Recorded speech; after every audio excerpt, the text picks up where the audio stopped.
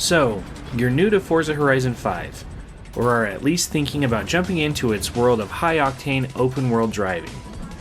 A big reason why there's going to be an influx of new players is because for years the Forza series has been an Xbox exclusive, whereas PlayStation had Gran Turismo.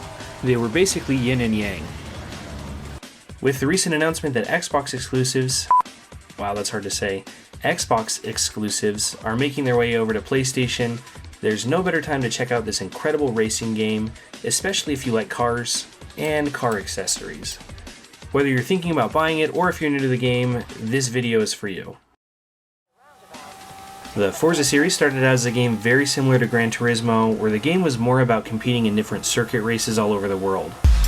Mr. Worldwide! That was until the Horizon series started back in 2012, where the games were more about open world cruising around. This means that if you want to drive off a cliff, you can. Want to go to Tokyo Drift through a farmer's field of freshly grown crops? Go right ahead. Or maybe you just want to push your little Reliant Robin to its limits on the freeway without worrying about sharp corners. Here we go, Reliant Robin. It's great because, like any open world game, you can easily get sidetracked. I've spent a good amount of time at this part of the map right here. It's so satisfying when you can finally make it over the river.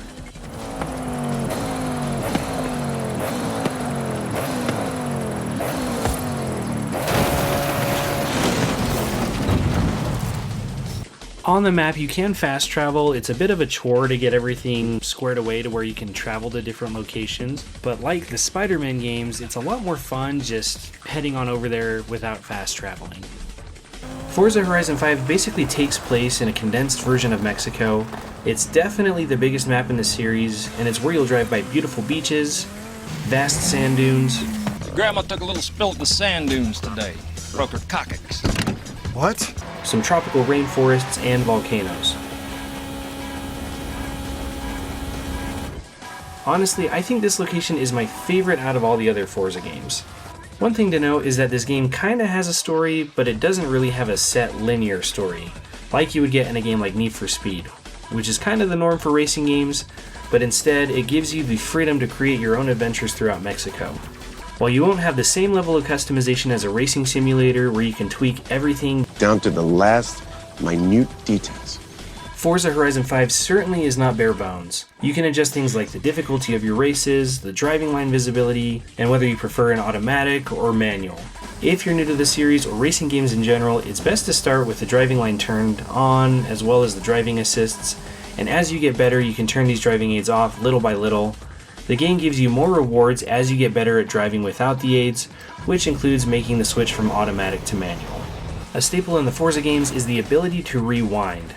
In the past it would penalize you for using that feature, but in this game you can use it all you want, and it can be surprising just how far back you can go. It's great for fixing a screw up, or even just practicing corners again and again.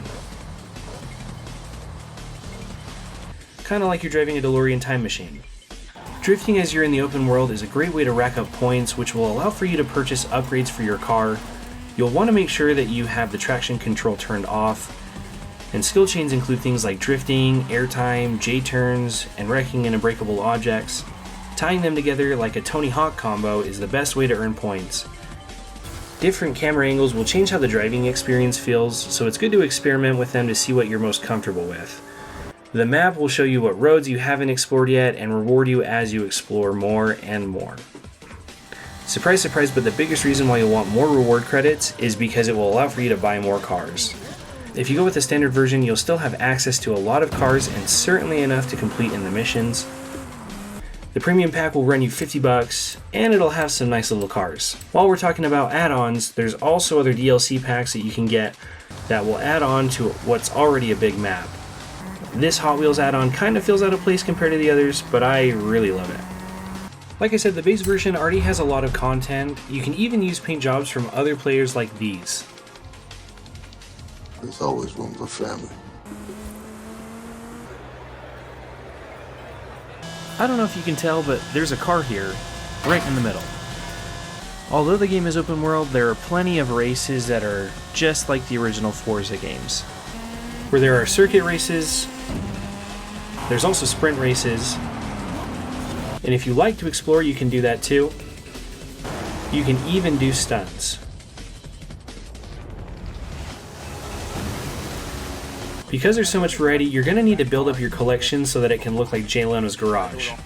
As you do so, you'll realize that there are certain cars that you feel the most comfortable with, or that are your favorites. For me, I love the Lamborghini Murcielago, or as my grandma calls them, Lambrognis. With each car, it'll have its own car mastery, where as you do longer skill chains, it'll give you more points, which you can then use in the car mastery to get different rewards. Those rewards will range from point boosts, to credits, to wheel spins. As you're starting out, it can be a great way to progress faster and faster. Usually if it's a better car, it'll have better rewards.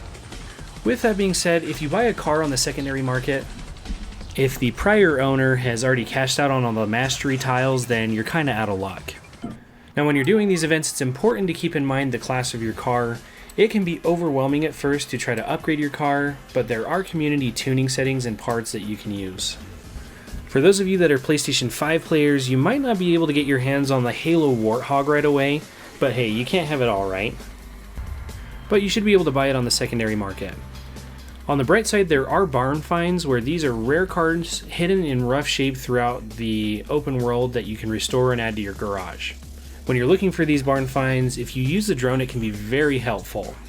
Even though this game released back in 2021, it's probably still going to receive support. With the growing influx of players, we might even see content coming our way, but we'll see. With the ability to play this game on the PlayStation, it's looking like the console wars may be coming to an end, if it hasn't already. It's not like how things were 15 to 20 years ago, where people were very passionate about their console. Xbox players had only a handful of exclusives to wave in the face of PlayStation players, with Forza being one of the absolute best out of all of them. Obviously, a big part of dying console wars is the increase of people switching over to PC, and Forza 5 has already been available on PC since its release. But if you haven't checked out Forza Horizon 5 yet, now is the perfect time to jump in and see what you've been missing. Because this game is getting added to PlayStation, there's probably going to be a lot of people coming to play for the first time. Whether you want to play competitively, or just play with friends, or even explore a little, this game has it all. Hopefully with the next one, it'll release on Xbox, PC, and PlayStation all at the same time. Thank you so much for watching. Let me know what you think about this game down below, and we will see you in the next one. Here we go. Reliant Robin.